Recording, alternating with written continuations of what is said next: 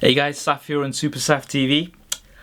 So the long-awaited Canon 5D Mark III just been announced today. Very popular, obviously. It's been over, what, 3.5 years since the Canon 5D Mark II, so long-awaited. Looking really good. Not surprised about the announcement after the Nikon D800 and D4. We were expecting something from Canon, and here it is. Very popular, as I said. Canon site was actually struggling with the traffic today. I was trying to load up the page and it was just struggling to load. Obviously getting a whole load of traffic. I'm just going to be doing a quick overview of the key features that stood out to me. I did an overview of the Nikon D800 recently. You can see the video here. There should be a link. This video is not really going to be a direct comparison of the Canon 5D Mark III against the D800, but I will be kind of comparing a few things as I go along the key features. Alright, so start off with, we've got the 22.3 megapixel full-frame CMOS sensor. Now, compared to the 5D Mark II, which was a 21.1 megapixel, in terms of megapixels, not a massive update. The Nikon D800 obviously has the 36.3 massive megapixels. So it really depends on how much megapixels mean to you. I mean, sometimes some people might think it's not a massive deal. Second thing here, we've got the 61-point autofocus system with up to 41 cross-type AF points.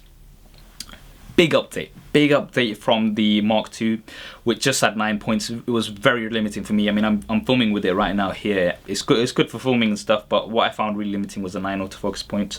The D800 has the 51 autofocus points, so you've got some more here. Still could be useful, but not a huge difference there.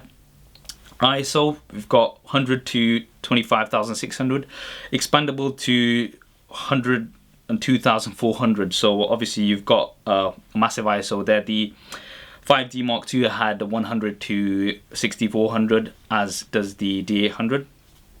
So that's a very key feature there as well. Okay, HD video. Now there's some interesting points here.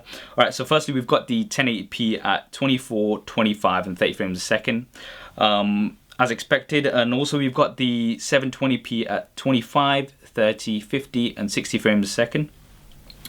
What you've also got is all-I and IPB compression as well, so you've got those two different options as well.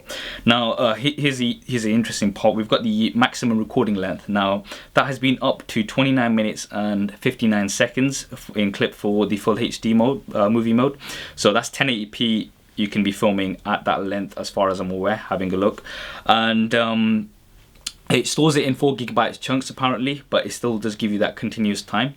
Obviously much longer compared to the 5D Mark II, which had just a 12 minutes. The D800, if you've seen the video that I just made previously, at full HD it's 20 minutes. I mean, you can film at 29 minutes and 59 seconds at 720p, 25 and 30 frames a second, but at full HD it is 20 minutes. So you've got the 10 minutes extra on the Mark III, which is very useful. Alright, continuous shooting mode, you've got 6 frames a second. Again, an improvement on the 5D Mark II, which was 3.9. D800 has the 4 frames a second as well, so you've got this. Obviously it depends, to me it's not much of a big deal, but if you're doing sport photography and stuff where you need that kind of continuous shooting, so it's quite useful. Right, next thing that we've got here is the compact flash and SD card slot. So you've got those 2 slots there.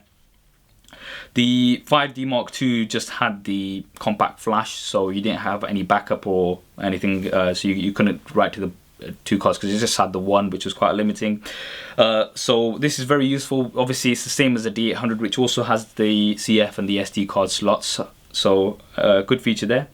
Audio has had an improvement as well. You've got the headphone in port as you have with the D800 for monitoring, and also you've got the audio levels. Now the interesting thing here, you've also got a lot of different controls. I can't remember how many on top of my head, but you've got lots of audio controls as well, so that's big an improvement. But a key thing here is you've got the touch sensitive dial, which I thought was pretty cool, because when you're recording audio you don't actually want any kind of sound interruption, so you've actually got the silent touch sensitive dial to change some of your levels of stuff, which is very useful, I think.